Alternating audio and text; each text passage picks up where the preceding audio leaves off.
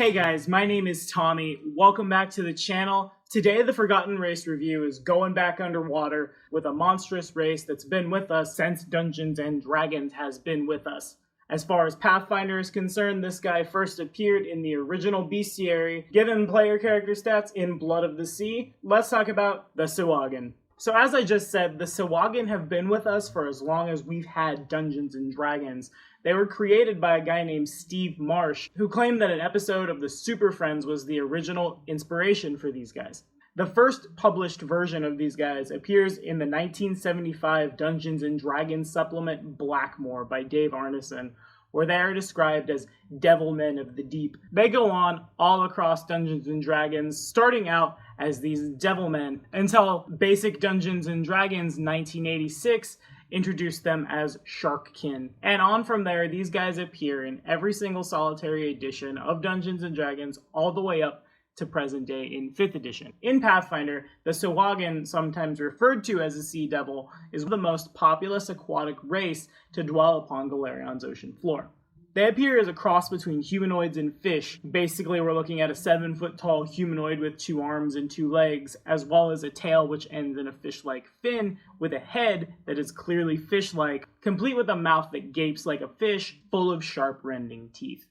These guys build vast cities in the depths of the ocean, so vast that they rival anything one might find on the surface. On the shoreline, they create fortresses where they launch raids against land dwellers, as well as other races such as merfolk, and even so far as the mighty aboleths. Their warlike tendency has made them one of Golarion's most hated, feared, reviled races. These guys are a threat to pretty much any creature they're near. Sahuagin have a unique genealogy which is prone to mutation. Within their society, these mutations are seen as divine blessing, and those who possess them frequently rise to the top of the food chain in their society. Most common amongst these is an additional set of arms. Another infamous and mysterious mutation creates a race of Sahuagin called the Malenti, which are Sahuagin who look exactly like aquatic elves. Even though they certainly look less fearsome, the Malenti still have the same bloodthirsty heart as any other Sahuagin. These guys are so bloodthirsty that the only other creature they seem to really get along with is sharks. So let's see how a Sahuagin matches up on pen and paper to the other races we can play as player characters. They're sitting at 22 RP, which does tip us over into the monstrous race category, but we're not sitting somewhere like the Drow Noble is, so I'm not too scared of it. A Sahuagin receives a +2 to his strength and a +2 to his wisdom, but a -2 to his charisma. These guys are described as being powerful and cunning, but naturally repulsive. They are monstrous humanoids with the aquatic subtype size category medium and blind sense with a range of 30 feet, as well as dark vision 60. These guys get a +3 to their natural armor, a base speed of 30 feet, as well as a swim speed of 60 feet, but also have the light blindness trait, which we've seen on the Manavri last week. A Sahuagin has a bite attack that deals 1d4 points of damage, as well as 2 claw attacks that do the same amount of damage.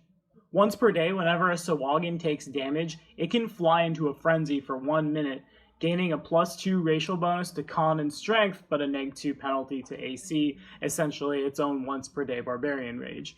Sahuagin can communicate telepathically with sharks to a distance of 100 feet. However, this communication is limited to simple concepts such as attack, go, stay, things of that nature. Sahuagin begin play speaking Aquan and Common. With high intelligence, they can choose Aboleth, Abyssal, Aklo, Draconic, Giant, Goblin, and Infernal.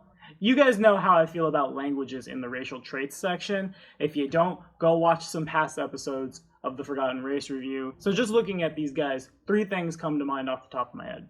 The first thing is, if we're out of the water effectively, we drop 6 RP, because fast swimmer is not going to come into play, and probably, unless the player has some kind of shenanigans in play, speak with sharks won't come into play if we're landlocked. This takes us from a 22 RP race down to a 16 RP race, which is well in the range of some other races in Pathfinder. Ergo, pull these guys out of the water, and the playing field in terms of who has lots of RP, who has less RP, quickly levels. Second thing that comes to mind as I'm looking at this is we have the light blindness weakness, which means like the drow, like a Munavri, if we jump out of the water, if we're in bright light, anything other than a cloudy day, or if someone starts popping strobe lights in our face, we're blind. This would normally be pretty bad for most situations, but also we have the Blind Sense racial trait with a range of 30 feet. So unless we're trying to make a Sahuagin archer, we're probably okay on a pretty bright day. We just need to be up close and personal. We'll know where things are. Of course, blind sense isn't as good as true blind sight, but we still don't need to make perception checks to notice things and locate creatures within 30 feet. The third thing that I notice is that though this guy sits in the enemies of the sea section and tips the scale RP-wise, this guy's actually playable like this is Celia if he's out of the water. Races like the Triton and the Merfolk both have severely reduced land speeds, which makes them almost unplayable outside of the water. Sahuagin don't suffer from that, which makes them actually playable, considering unless you are signing up for an aquatic campaign, you might go an entire game and never see water. But of course, this is one man's opinion. How do you guys feel about this race we've been pretty stereotypically chopping up left and right since 1970 something? Tell me all about it in the comments and we'll keep the conversation going. Be sure to like and subscribe for more videos. The next race review drops next Monday.